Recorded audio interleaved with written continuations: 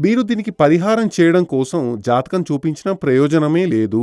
Plus పరిస్థితి సీరియస్‌గానే ఉంది. అలాగే కొన్ని దుష్ట ప్రభావాల వల్ల కూడా ప్రతికూలత జరిగినట్లు కనిపిస్తోంది. దుష్ట ప్రభావాలు ఉందని మీకు ముందే తెలుసా? అవును స్వామి, దుష్ట ప్రభావం ఉందని చాలా మంది ఎప్పుడో చెప్పారు.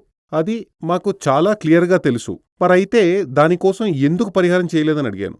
ఏమో అలా జరగలేదు అని చెబుతూ ఆయన చాలా బాధపడ్డారు. అన్నీ చెప్పి ముగించిన తర్వాత ఆయన ఏం చెప్పారంటే, స్వామి, ఇది నేను మీకు 1వ తేదీ ఈ జాతకం ఇచ్చాను. ఆ తర్వాత ఇప్పటి వరకు సమాధానం రాలేదు. అమావాస్య రోజున చెప్పారు. మీ ఆఫీస్ నుండి ఫోన్ చేసి ఏమైంది త్వరగా చూడండి అంటే స్వామి పేరెంట్స్ జాతకం కూడా అడిగారు.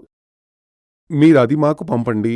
ప్లస్ రేపు అమావాస్య ఉంది. కాబట్టి అమావాస్య యాగం ఒక 1116 చెల్లించి పిల్ల పేరు మీద ఒక అమావాస్య యాగం చేసుకోండని చెప్పాను.